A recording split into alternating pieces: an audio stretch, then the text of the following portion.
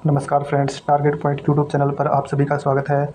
आज की इस वीडियो में हम चर्चा करेंगे यूपीपीईटी के ऑफिशियल नोटिफिकेशन के सिलेबस के बारे में। तो यूपीपीईटी का जो ऑफिशियल नोटिफिकेशन है वो जारी कर दिया गया है। जैसा कि आप देख सकते हैं, इसके फॉर्म 1 अगस्त 2023 को निकले हैं और इसकी लास्ट डेट 30 अगस्त 2023 है। तो कृपया आप इस लास्ट डेट तक अपना जो एप्लीकेशन फॉर्म है वो सबमिट ज़रूर कर दें। तो चलिए हम इसके सिलेबस के बारे में हम डिस्कस कर लेते हैं। तो यह है नोटिफिकेशन यूपीपीटी के एग्ज़ाम के बारे में, जो कि ग्रुप सी की सभी भर्तियों के लिए प्री एग्ज़ाम यूपी सरकार द्वारा लिया जाता है। तो आप ध्यानपूर्वक इस एग्ज़ाम को, मेरी आपसे रिक्वेस्ट रहेगी कि आपको जितना जल्दी हो सके इसको फॉर्म को अप्लाई ज़रूर कर दें। तो अब हम तो चर्चा करते हैं यूपीपीटी के जो सिलेबस उत्तर प्रदेश के चयन आयोग द्वारा जारी किया गया है। तो यह आप देख सकते हैं। तो इसमें कुल प्रश्नों की संख्या 100 प्रश्न रहेंगे।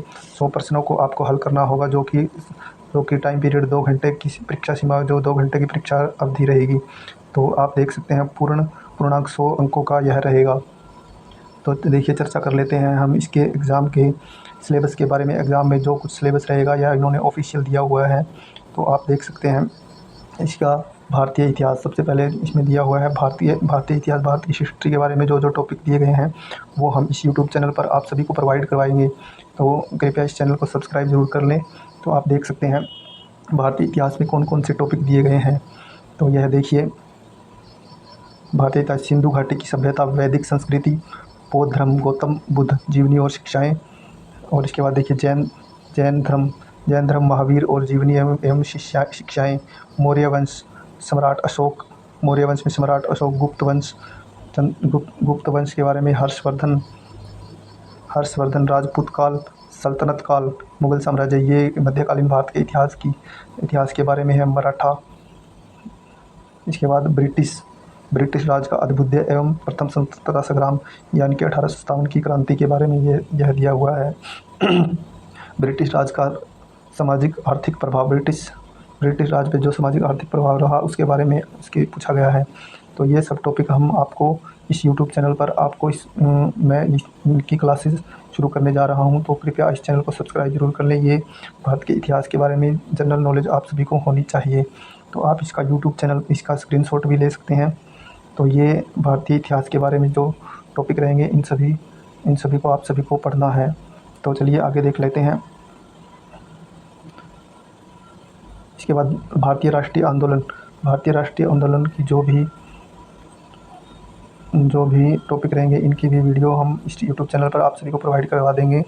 तो देखिए, भारतीय राष्ट्रीय आंदोलन के बारे में, स्वाधीनता आंदोलन के प्रारंभिक वर्ष, स्वदेशी व असैन्य अवज्ञा आंदोलन, महात्मा गांधी तथा अन्य नेताओं की भूमिका, महात्मा गांधी और अन्य नेताओं की क्या भूमिका रही उसके बारे में पूछा जाएगा। क्रांतिकारी आंदोलन एवं उग्र राष्ट्रवाद का उदय कैसे हुआ उसके बारे में।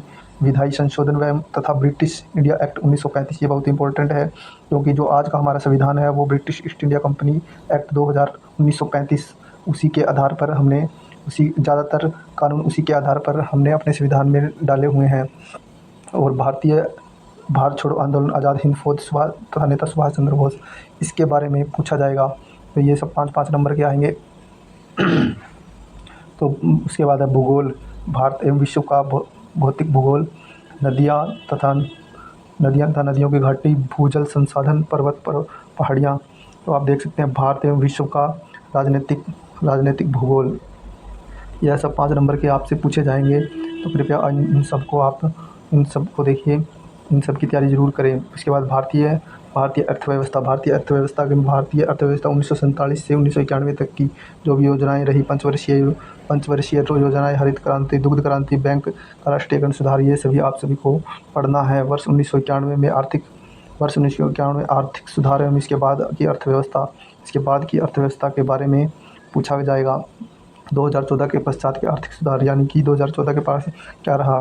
तो 2014 के बाद तो आप सभी को पता ही होना चाहिए। ये देखिए, कृषि सुधार, ढांचागत सुधार, श्रम सुधार, आर्थिक सुधार, जीएसटी।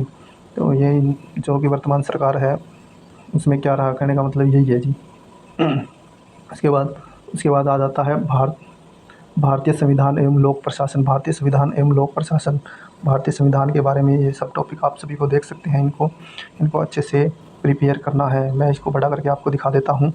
तो यह सब 5 नंबर का रहेगा, ये भी आप सभी को करवाई जाने की कोशिश रहेगी। तो उसके उसके बाद है सामान्य विज्ञान, जनरल साइंस। जनरल साइंस आपको 5 नंबर की पूछी जाएगी, तो इसको भी आप प्रिपेयर कर सकते हैं। प्रारंभिक अंकगणित यानी कि एलिमेंट्री अर्थमेटिक, ये बहुत ही आसान टॉपिक है मैथमेटिक्स के। ये हर किसी में कोई भी कर सकता है इनको। पूर्ण संख्या, भिन्न एवं दशमलव, प्रतिशतता, साधारण अंकगणितीय समीकरण, वर्ग एवं वर्गमूल, घातांक, घात, औसत, तो ये सब टॉपिक गणित के रहेंगे। ये कोई ज़्यादा लंबी चौड़ी कहानी नहीं है, इनकी आप सभी को पढ़ना है। ये 5 नंबर के पूछे जाएंगे। उसके बाद हिंदी में जो टॉपिक दिए हुए हैं उनको आपको देख लीजिए। संधि, विलोम शब्द, पर्यायवाची शब्द, वाक्यांशों के लिए एक शब्द, लिंग।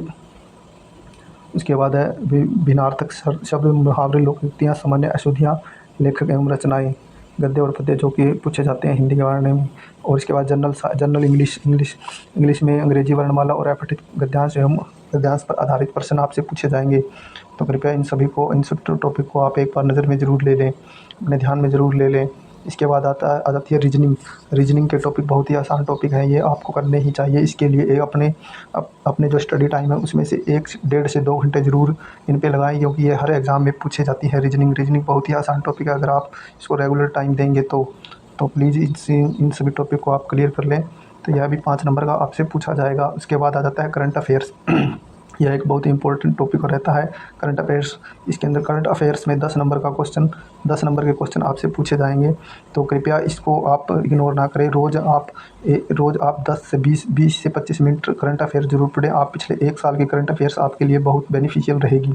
तो इसके लिए आज से ही शुरू कर दें कि हर रोज़ 15 दिन की जो करंट अफेयर्स हैं, जो पिछले 1 साल की जो करंट अफेयर्स हैं उसको पढ़ना शुरू कर दीजिए। यानी कि रोज़ अगर पिछले 15 दिन की करंट अफेयर्स पढ़ेंगे तो आप यह एग्ज़ाम 2 से 3 महीने 3 महीने के बाद तक होगा। तो यानी कि आपके पास 90 दिन है। 90 दिन के अंदर आप करंट अफेयर पिछले 1 साल की क्लियर कर सकते हैं। तो यह एक बहुत ही महत्वपूर्ण टॉपिक रहेगा करंट अफेयर्स, इसको आप पढ़ सकते हैं। इसके बाद आता है जनरल अवेयरनेस में जो भी भारत के पड़ोसी या फिर भारत के अंदर जो गतिविधियाँ रहती है, स्थल, कला और संस्कृति, खेल एवं विश्व भारतीय अनुसंधान, ये इनके बारे में रहता है। भारतीय अनुसंधान संगठन, जो भी किताबें, पुस्तकें, लेखक वगैरह, इन सभी के टॉपिक को भी हम इस यूट्यूब चैनल पर आप सभी को करवाने की कोशिश करेंगे। इसके देखिए टॉपिक, भारत के पड़ोसी देश एवं राजनीतिक मुद्रा, भारत के राज्य एवं केंद्र शासित प्रदेश, राष्ट्रीय आंदोलन, राष्ट्रीय एवं अंतर्राष्ट्रीय दिवस, यह एक बहुत महत्वपूर्ण रहता है, हर एग्ज़ाम में पूछा जाता है। तो कृपया इन सभी टॉपिक को आप ध्यानपूर्वक देख लें। प्रसिद्ध पुस्तकें वही पूछी जाती है। एक तो जो पुरानी पुस्तकें हैं, अलबरूनी ने कौन सी लिखी है, ये इनके बारे में, और जो ये करंट में चल रही हैं उन पुस्तकों के बारे में। जैसे एक तो पुरानी हिस्ट्री में जो लिखी गई पुस्तकें उनके बारे में, उनके लेखक वगैरह, और एक जो अभी जो करंट में पुस्तकें चलती हैं। कई बार हम देखते हैं कि मोदी ने कोई पुस्तक का विवेचन किया या फिर हमारे मुख्यमंत्री ने किया, तो इन पुस्तकों के बारे में आप उनके नाम और लेखक आप ध्यान में रख सकते हैं। इसके बाद आता है पुरस्कार एवं विजेता। जो भी विजेता रहते हैं, पुरस्कार दिए जाते हैं, कोई भी अंतर्राष्ट्रीय मेडल वगैरह लेके आते हैं, तो उनके बारे में आप पढ़ सकते हैं, नहीं पढ़ना ही होगा आपको। जलवायु परिवर्तन, इनके बारे में। तो इसके बाद आ जाता है 13 नंबर अपठित गद्यांश एवं विवेचना, जो कि 10-10 नंबर के रहेंगे। ग्राफ की व्याख्या एवं विश्लेषण और तालिका, तो ये आप देख सकते हैं। ये पूरा सिलेबस आपके सामने आपने डिस्कस कर दिया है। तो कृपया इन सिलेबस को आप पूरा कर लीजिए और पीटी का एग्ज़ाम क्वालिफाई करके अपने ग्रुप सी की जो भर्ती निकलती है उसके लिए आप अपनी सीट को कन्फर्म करें। तो आपसे रिक्वेस्ट है कि इस यूट्यूब चैनल को आप सभी सब्सक्राइब ज़रूर कर लें, ताकि आपको हम इस यूट्यूब चैनल पर आने वाली वीडियो आप तक पहुंच सके, और लाइक ज़रूर कर दें। तो थैंक यू दोस्तों।